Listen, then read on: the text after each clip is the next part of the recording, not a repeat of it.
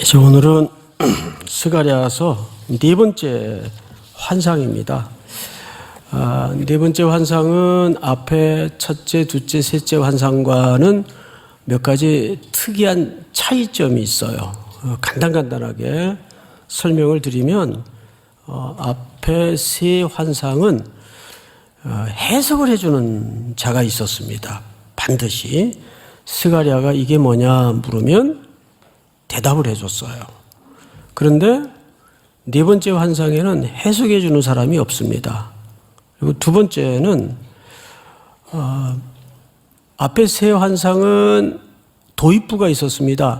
내가 보니라는 도입부가 있었는데 도입부가 없어요. 바로 들어갑니다. 환상 속으로. 또 세 번째 차이는 실제 인물이었던 대제사장 여호수아가 환상 속에 등장합니다. 그러니까 실제 인물이 환상 속에 등장해요. 그리고 더 놀라운 것은 그래서 이게 환상인지 실제인지 헛갈릴 정도로 스가랴가 이 환상에 직접 참여를 합니다. 이 네 가지 특징을 좇아서 과연 네 환상은 어떤 초점에 맞춰져 있는가 쉽지 않아요. 그런데 유심히 보시면 이 환상 속에서 앞에 첫째, 둘째, 셋째는 이스라엘의 대적을 심판하시는 하나님의 메시지와 또 그들을 어떻게 철저히 보호하시는가에 대한 하나님의 약속이 담아진 환상이었습니다. 근데 네 번째 환상은 사실 유다 백성들의 들키고 싶지 않은 속내를 드러내는 메시지가 담아져 있어요. 근데 그것이 그들을 괴롭히기 위한 것이 아니라 그들에게 더 견고함으로 이끌기 위한 드러냄입니다. 이 초점을 놓쳐서는 안 됩니다. 자, 그러면 우리 1절로 한번 들어가 볼까요? 대제사장 여호수아는 몇 차례에 걸쳐 말씀을 드렸지만 여기서 등장하는 대제사장은 여호수아서에 나오는 그 여호수아가 아니에요. 후에 스라야의 혈통입니다. 그래서 아론의 혈통이에요. 그러니까 당연히 제사장 집안이고 또 여기서 직무는 대제사장으로 소개됩니다. 대제사장 여호수아는 여호와의 천사 앞에 섰고, 그러니까 여호수아가 등장을 하죠. 또 여호와의 천사가 등장을 하죠. 그리고 사탄은 그의 오른쪽에 서서 그를 대적하는 것을 여호와께서 스가랴 선지자에게 보이신 겁니다. 자, 이것은 어디의 풍경인가 하면 하늘 법정의 그림이에요. 오늘 말씀의 제목처럼 천상의 법정에서 일어난 일을 그려내고 있는 거예요. 자, 그러면 다시 한번 정리를 합니다. 대제사장 여호수아가 서 있어요. 그런데 그 옆에는 검사 역할, 고소의 역할을 맡은 사탄이 서 있어요. 누구 앞에?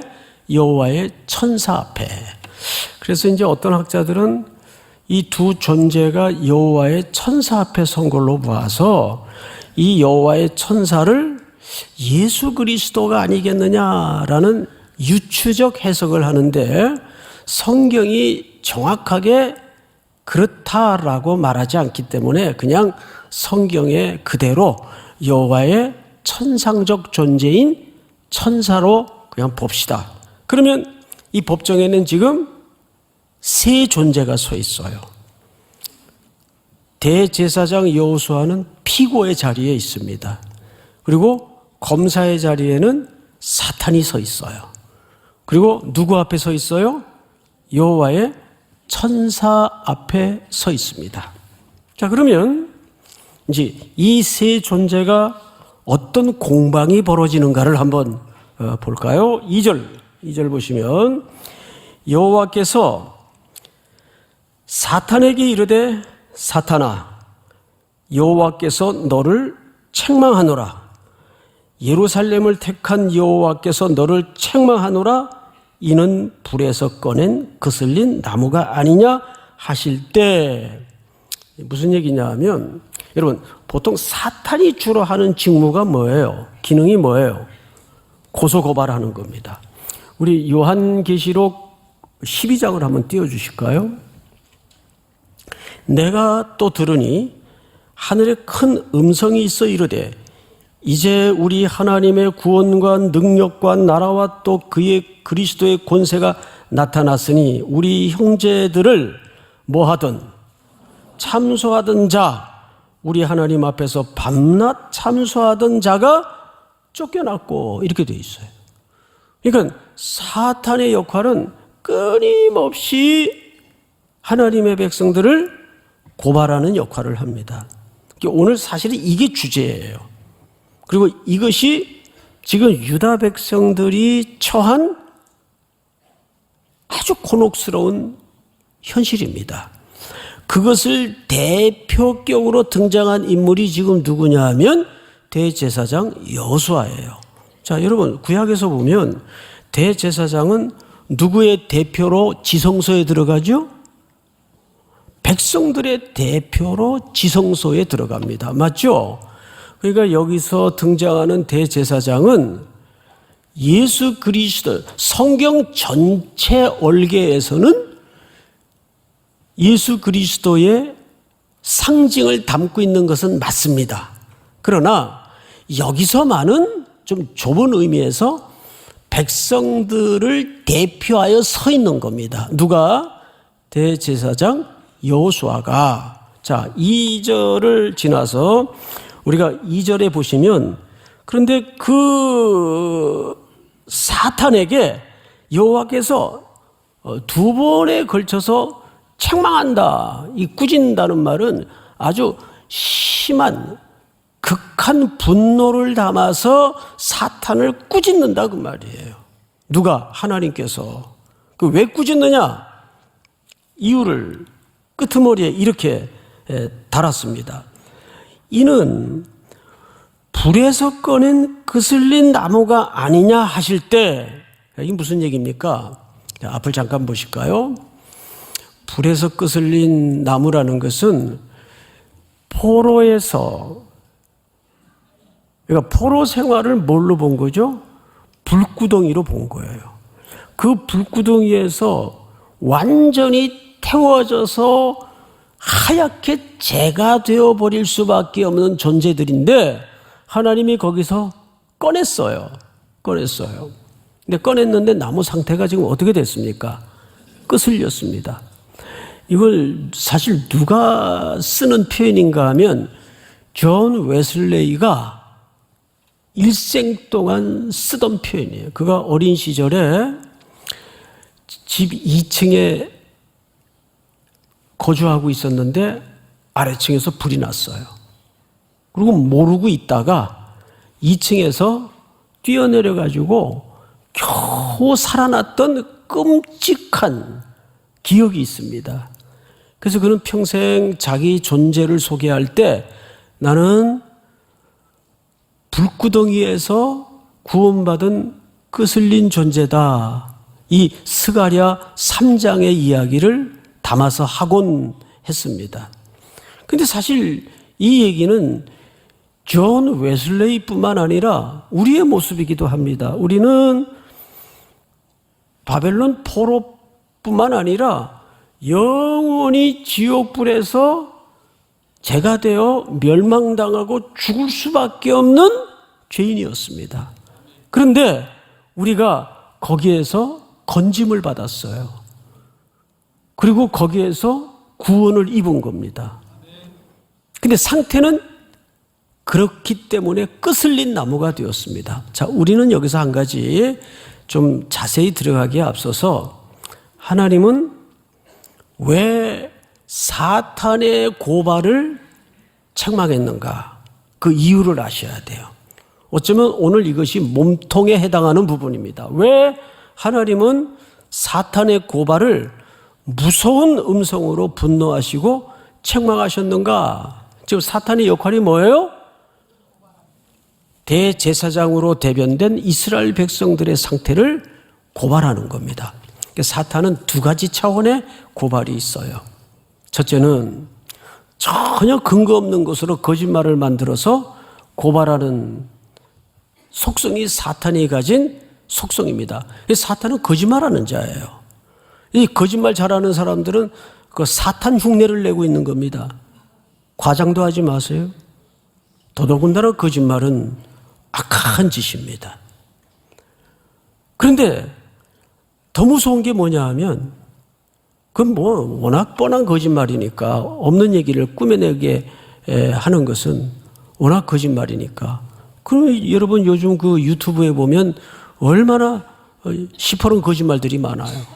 그게 다 마귀짓이에요. 멀쩡한 살아있는 사람을 애석하게도 뭐 이래가지고, 응?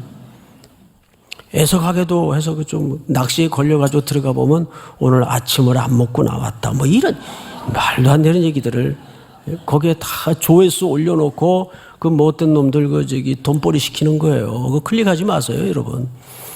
그거 속는 거예요. 그런데 진짜 무서운 게 뭔지 아세요?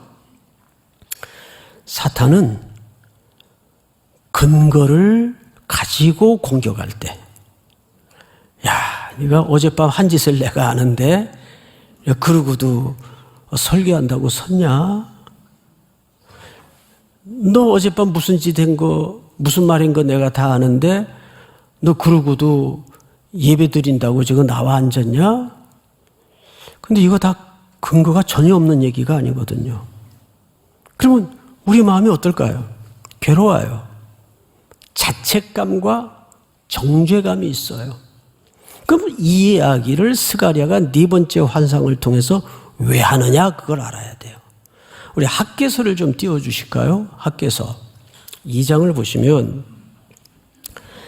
다리오 왕 제2년 9째 달 24일에 여호와의 말씀이 선지자 학개에게 임합니다. 만군의 여호와가 말하노니 너는 제사장에게 율법에 대하여 물어 이르기를, 사람이 옷자락에 거룩한 고기를 쌌는데 그 옷자락이 만일 떡에나 국에나 포도주에나 기름에나 다른 음식물에 닿았으면 그것이 성물이 되겠느냐 하라. 학개가 물음에 제사장들이 대답하여 이르되 아니라 하는지라. 13절 우리 한번 같이 읽읍시다. 시작. 학개가 이르되 시체를 만져서 부정하여진 자가 만일 그것들 가운데 하나를 만지면 그것이 부정하겠느냐 하니 제사장들이 대답하여 이르되 부정하리라 하더라. 자, 우리 14절은 우리 찬양대만 같이 읽습니다. 시작. 이에 학개가 대답하여 이르되 여호와의 말씀에 내 앞에서 이 백성이 그러하고 이 나라가 그러하고 그들의 손의 모든 일도 그러하고 그들이 거기에서 드리는 것도 부정하니라. 이 율법이에요. 율법에 나와 있는 내용인데 레위기에 담아진 율법이죠. 자, 예물을 드리러 들어간 제사장이 부정한 예물을 드리면 그 제단이 부정해져요. 제단이 부정해지면 전체적으로 뭐가 부정해진다는 얘기입니까? 성전이 부정해진다는 얘기예요. 그 제사를 하나님이 받으시겠느냐 그 말이에요. 그러면 이 얘기를 왜 했을까요? 학개서에서 자, 지금 이 백성들이 그 뜨거운 풀무 속에서 구원을 얻고 회복하여 돌아왔어요. 그리고 지금 뭐 하고 있는 중이죠? 성전을 다시 복원하기 위해서 재건의 삽을 뜨고 있는 중입니다. 그런데 학개서의 고발 속에 담아진 내용으로 보아서 그들은 학개서 전체에 이런 내용이 있어요. 여전히 이방 결혼을 하고 여전히 음행에 빠져 있고 여전히 악행을 저질러요. 건짐받은 백성임에도 불구하고 그러면서 지금 뭘 하고 있다고요? 성전을 재건하고 있습니다. 그러면 그 성전이 하나님 앞에 받아지는 성전이 되겠냐 그 말이에요. 지금 이 질문 자체가 아니란 말이에요. 자, 그러면 백성들의 입장에서는 어떤 심정일까요? 돌아오긴 왔는데 여전히 우리 삶은 달라진 것도 없고 또 넘어져서 질척거리는 데다가 성전은 재건하라니까 하긴 해야 되겠고 지금 갈팡질팡 뭐에 사로잡혀 있을까요? 죄책감과 정죄감. 그리고 흔들리고 있는 거예요. 이때 네 번째 환상을 통해서 하나님이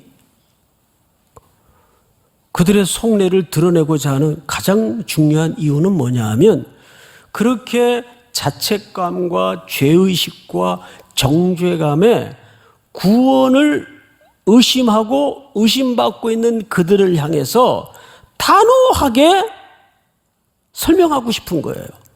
그 다음 구절을 볼까요? 이렇게 되어 있습니다. 여호수아가 더러운 옷을 입고 천사 앞에 서 있는지라. 놀랍게도 자 앞을 보세요. 법정 그림에 아직까지 소개되지 않았던 묘사가 덧붙여 등장을 합니다. 천사 앞에 그리고 옆에는 검사 옆에 서 있는 대제사장 여호수아의 의복이 어떤 상태입니까? 더러워진 상태예요. 그러면 제의를 진행해야 되는 이 대제사장이 더러운 옷을 입고 서 있으면 그 제사가 받아들여지겠습니까? 모든 게 다 더러워지는 거예요. 그런데 여기서 등장하는 대제사장 여호수아는 누구의 그림이라고요? 백성들의 그림이에요. 그러면 곧 이것은 첫째는 백성들에 대한 이야기면서 동시에 백성들의 어떤 부분을 드러내고 싶은 겁니까? 그들이 갖고 있었던 정죄감, 죄책감, 죄의식 이것을 드러내고 싶은 거예요. 제가 이제 이런 현상을 청년들에게 많이 발견하는데 목사님 저는 정말 아무리 생각해도 구원 못 받은 것 같아요. 왜 그렇게 생각하니? 제 하는 행실을 보면 저는 아닌 것 같아요. 저는 가짜 신자 같아요. 물론 본인은 죄책감의 정죄의식에 그렇게 생각할 수 있어요. 또 그것이 전혀 근거 없는 느낌과 고백은 아닐 겁니다. 그런데 성경은 그걸 포함해서 더 중요한 얘기를 우리에게 지금 하고 싶었던 겁니다. 그게 뭘까요? 지금 3절에 대제사장의 옷을 보니까 이건 제사장으로서 정결한 의복을 입고도 지금 시원치 않을 판인데 더러운 옷을 입고 서 있어요. 대제사장이. 4절을 읽어보십시다. 제가 읽겠습니다. 여호와께서 자기 앞에 선 자들에게 명령하사 그 더러운 옷을 벗기라 하시고 또 여호수아에게 이르시되 내가 네 죄악을 제거하여 버렸으니 네게 아름다운 옷을 입히리라 하시기로. 할렐루야. 이건 하나님께서 그런 죄의식, 정죄감, 죄책감에 붙들려 있는 하나님의 백성들에게 단호하게 뭘 설명하고 싶은 겁니까? 내가 네 죄악을 제거하였고 네게 새로운 아름다운 의복을 입혔다. 그 얘기를 하는 거예요.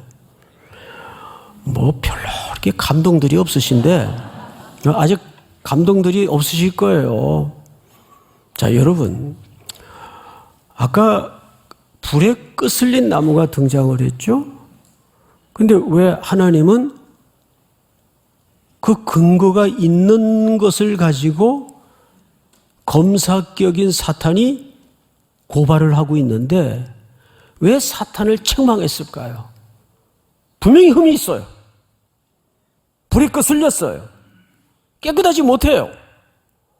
근데 왜 그 근거를 가지고 고발하고 있는 사탄을 준엄하게, 단호하게 책망을 했을까요? 세 가지 이유 때문입니다. 첫째는 그들은 하나님의 택한 백성이기 때문에.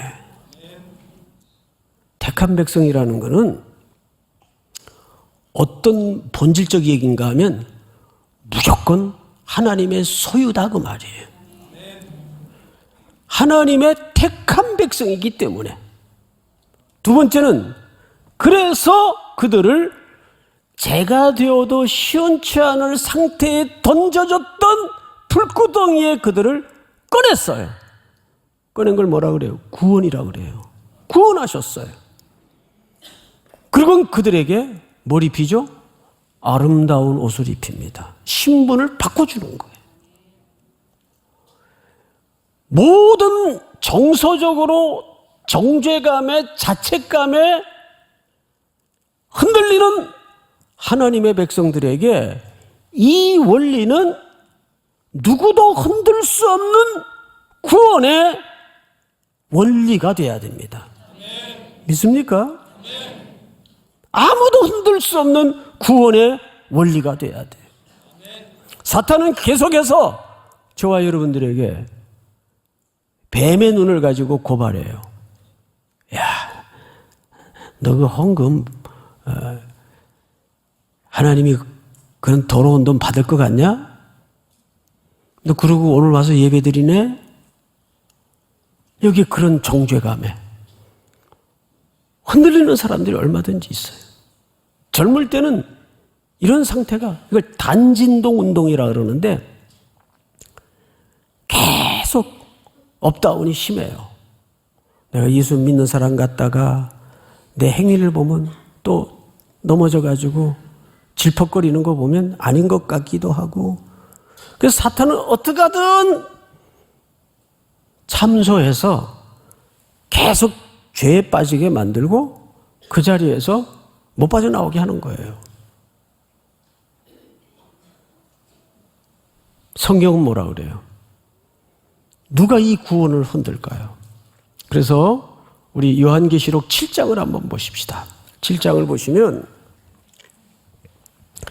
2일 후에 내가 보니 각 나라와 족속과 백성과 방언에서 아무도 능히 셀 수 없는 큰 무리가 나와 무슨 옷을 입고 흰 옷을 입고 손에 종려 가지를 들고 보좌 앞과 어린 양 앞에 서서 큰 소리로 외쳐 이르되 구원하심이 보좌에 앉으신 우리 하나님과 어린 양에게 있도다 하니 11절 모든 천사가 보좌와 장로들과 네 생물의 주위에 서 있다가 보좌 앞에 엎드려 얼굴을 대고 하나님께 경배하여 이르되 아멘. 찬송과 영광과 지혜와 감사와 존귀와 권능과 힘이 우리 하나님께 세세토록 있을지어다. 아멘 하더라. 13절 장로 중 하나가 응답하여 나에게 이르되 이 흰옷 입은 자들이 누구며 또 어디서 왔느냐.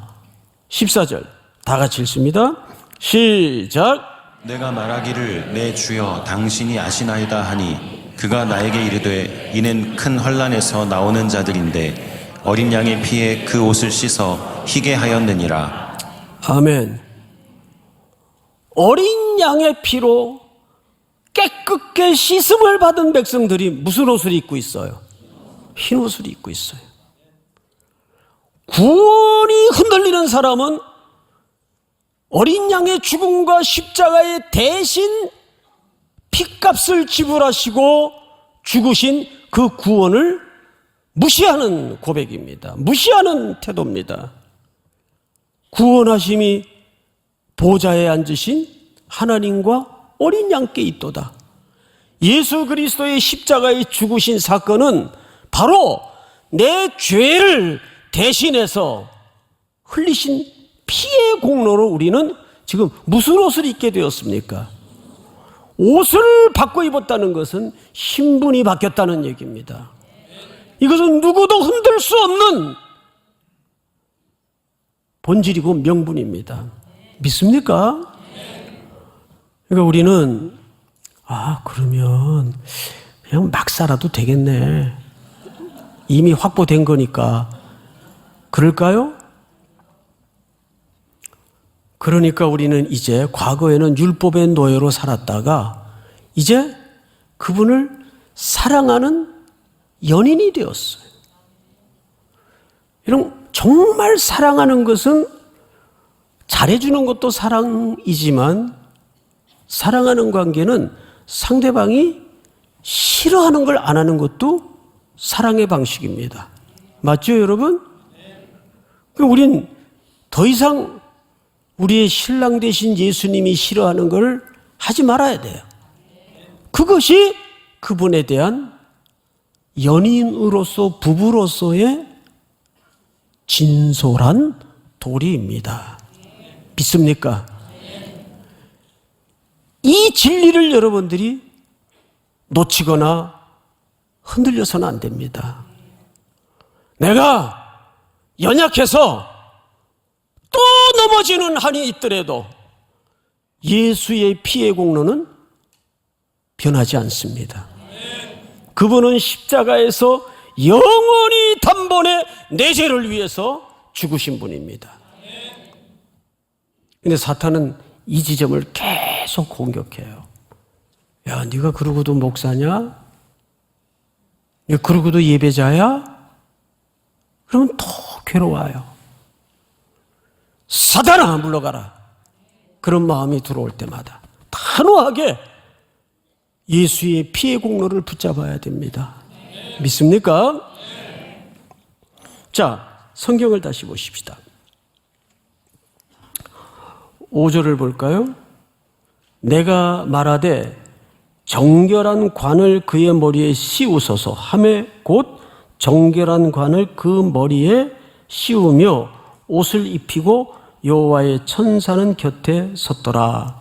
근데 여기서 말하는 관은 대제사장들이 머리에 쓰는 그런 관을 얘기하는 게 아니라 다른 관입니다. 마지막에 머리에, 우리의 머리에 얹어질 면류관을 얘기합니다. 그러니까 여기에는 이미 뭘 담보하고 있죠? 최종적 완성과 최종적 구원과 최종적 승리를 담보하고 있는 겁니다. 십자가의 사건은 역사의 어느 한 정점에 일어난 사건이지만 하나님의 시간 속에서는 그 사건은 단번에 영원한 사건이에요. 믿으십니까? 근데 의외로 한국교회에 돌아다니는 여러 구원관을 보면 점점점 율법주의적 구원관이 활개를 치고 있어요. 좀 더 노력해야 되지 않겠니? 그래가지고 구원을 얻을 수 있겠니? 물론 하나님이 은혜를 주시지만 너희도 애를 쓰고 노력을 해야 돼. 들으면 그게 더 합리적인 것 같아요. 아닙니다. 1서부터 100까지 우리는 은혜로만 설 수 있습니다. 그걸 잊어버리지 마세요. 그래서 오늘 5절의 말씀은 그 최종적 승리를 얘기하는 거예요. 자, 6절로 넘어갑니다. 여호와의 천사가 여호수아에게 증언하여 이르되 만군의 여호와의 말씀에 네가 만일 내 도를 행하며 내 규례를 지키면 네가 내 집을 다스릴 것이요 내 뜰을 지킬 것이며 내가 또 너로 여기 섰는 자들 가운데 뭐하게 하리라? 왕래하게 하리라. 자, 세 가지를 약속해요. 천사가 첫째 뭘 약속하냐면 내 집을 다스릴 것이요. 두 번째는 내 뜰을 지킬 것이며 세 번째는 여기에 섰는 자들 가운데 왕래하게 하리라. 이게 무슨 뜻인지 아세요? 제사장으로서의 직무와 직분을 회복하신다는 뜻입니다. 다시 그 직분을 새로 주는 게 아니라 원래 우리가 그렇게 부름을 받았던 존재예요. 그래서 여러분, 교회의 직분도 우습게 던지거나 한다 이러는 거 아니에요. 우리 교회는 그런 좀 경시 여기는 경향이 가끔 눈에 띌 때마다 마음이 아파요. 속상해요. 교회에서 아무리 사소한 직분을 드려도 그것이 사람이 어떤 조직이 주는 직분이 아니라 누가 주는 직분이에요? 하나님이 맡기는 직분이에요. 소중히 여길 줄 알아야 돼요.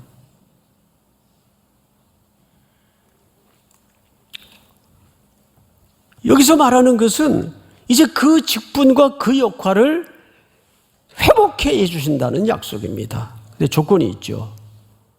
성경에 보면 이렇게 되어 있습니다. 6절, 7절. 만군의 여호와의 말씀에 네가 만일 내 도를 행하며, 내 도를 행한다는 말은 무슨 뜻이에요? 내 길로 걸으며, 그 뜻입니다. 그러니까 주님과 동행하면 그 뜻입니다. 이것은 일상을 얘기하는 거예요. 길을 걷는다는 것은 우리 삶의 문제거든요. 그리고 그 길을 걸으며 내 율례를 순종하면 그 삶의 자리에서 직분과 역할을 다시 회복하신다는 천명입니다. 믿습니까? 오늘 크게 정리를 하자면, 자, 다시 한번 복기를 합니다. 첫째, 우리는 불에 끄슬린 나무로 서 있었습니다. 그래서 사탄이 그 모양을 놓고 계속 고발을 했어요. 그럼 백성들의 마음이 어떤 상태였겠습니까? 죄책감, 정죄감에 고발을 당하고 있어요. 누구의 모습이었습니까? 이스라엘의 모습이요, 우리의 모습이었어요. 난 정말 아닌가? 하나님이 피로 값주고 산 구원이 내 마음에 내 주관적인 느낌과 상황에 근거해서 흔들릴 수가 있어요. 난 진짜 아닌가 보다. 자꾸 넘어지는 걸로 봐서. 그러나 이렇든 저렇든 하나님은 그 사탄을 무섭게 꾸짖습니다. 책망합니다. 하나님이 사탄을 책망한 이유는 세 가지예요. 첫째, 내가 택한 내 소유요, 내 백성이다. 여기 더 이상 이론이 제기될 수 있어요? 두 번째, 그래서 내가 불구덩이라는 심판에 소멸될 수밖에 없었던 내 백성들을 건져냈다. 믿습니까? 근데 건져냈을 뿐만 아니라 아름다운 옷을 입힘으로써 그를 어떻게 만드시겠다는 의지입니까? 정결하게 만들겠다는 의지입니다. 그러면 아름다운 옷 입혀놓고 정결하게 만들어서 자, 우리 재롱잔치 한번 하자. 이제 그러려고요? 아니에요. 직분을 회복해 주십니다. 사명을 회복해 주십니다. 믿습니까? 이 일을 누구를 통해 완성하시겠다는 얘기인가 하면 8절로 건너갑니다. 이렇게 돼 있어요. 대제사장 여호수아야, 너와 네 앞에 앉은 네 동료들은 내 말을 들을 것이니라. 이들은 예표의 사람들이라. 내가 내 종 뭐를 나게 하리라. 내 종이라는 말은 메시아를 가리키는 표현이요. 내 종 싹은 이사야 선지자의 말처럼 오실 메시아의 움트는 그림을 얘기합니다. 그렇게 주님은 오셔서 이 상징적인 성전의 내용을 그분이 몸소 완성하십니다. 성전 안에서 바리새인들과 경론을 벌이실 때 뭐라 그러세요? 너희가 이 성전을 헐자. 내가 사흘 만에 일으킬 것이다. 아둔한 바리새인들이 말귀를 못 알아듣고 이렇게 답변을 합니다. 저 양반 정신 나갔구만. 야, 이 양반아, 이거 성전 짓는데 46년 걸렸어. 근데 어떻게 네가 무슨 재주가 있다고 3일 만에 일으킨다고 하느냐? 이는 자기 육체를 가리켜 하신 말씀이라 바리새인들이 깨닫지 못하더라. 즉 자기 죽음을 말씀하시는 거예요. 그럼 며칠 만에 부활하셨죠? 3일 만에 부활하십니다. 예수님은 우리의 죄를 용서하실 때 그냥 손 털고 그냥 없던 걸로 해줄게. 아니요. 반드시 뭘 지불하셨습니까? 대가를 지불하셨어요. 근데 그 대가가 어떤 대가입니까? 하나님의 독생자이신 아드님을 십자가에 지불하시는 방식이었어요. 그러니까 여러분, 저와 여러분들이 아무리 불에 그슬린 나무 토막일지라도 얼마나 하나님의 시선 앞에 존귀한 자인지 아세요? 어떻게 스스로 목숨을 내려놔요? 어떻게 자기를 함부로 정죄를 합니까? 누구의 피로 값주고 사신 존재이니까? 예수의 피로 값주고 사신 존재이니까. 이거보다 우리 가치에 대해서 더 명징한 설명이 필요합니까? 더 이상 설명이 필요하지 않아요. 예수의 피로 값주고 산. 그래서 우리는 형제들에게도 함부로 분노하고 함부로 화내고 함부로 대하는 것은 무서운 죄입니다. 무서운 교만입니다. 할렐루야. 보혈의 피가 주는 자유를 가지고 다시 한번 또 한 주를 담대하고 당당하게 살아내는 저와 여러분들이 될 수 있기를 축원하고 축복합니다. 다 일어나십시다. 우리 찬송가 300장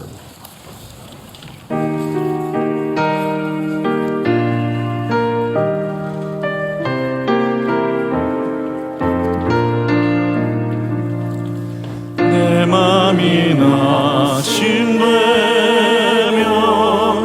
근심에 누릴 때 주께서 내게 오사 위로해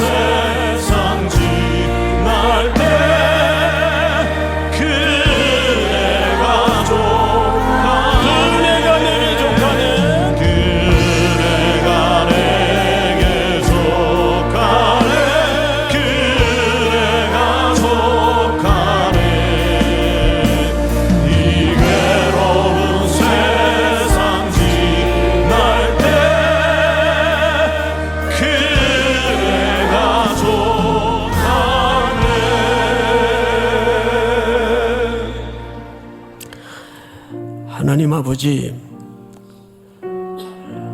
세상에 분요함이 우리를 흔들고 더 깊이는 사탄이 우리를 향하여 공격해 올 때에도 담대하며 예수의 피를 힘입는 주의 백성들이 될 수 있도록 함께하여 주시옵소서. 또 한 주 인생길에도 그리스도의 피로 당당하게 하시고 예수의 은혜로 담대할 수 있도록 저들을 새롭게 하여 주시옵소서. 지금은 우리 구주 예수 그리스도의 은혜와 하나님 아버지의 사랑과 성령님의 교통하심이 머리 숙여 경배를 드리는 사랑하고 사랑하는 귀한 3일의 성도들, 해외, 국내, 멀리 출타해 있는 가족들, 복중의 생명까지 영원토록 함께 있을지어다. 아멘.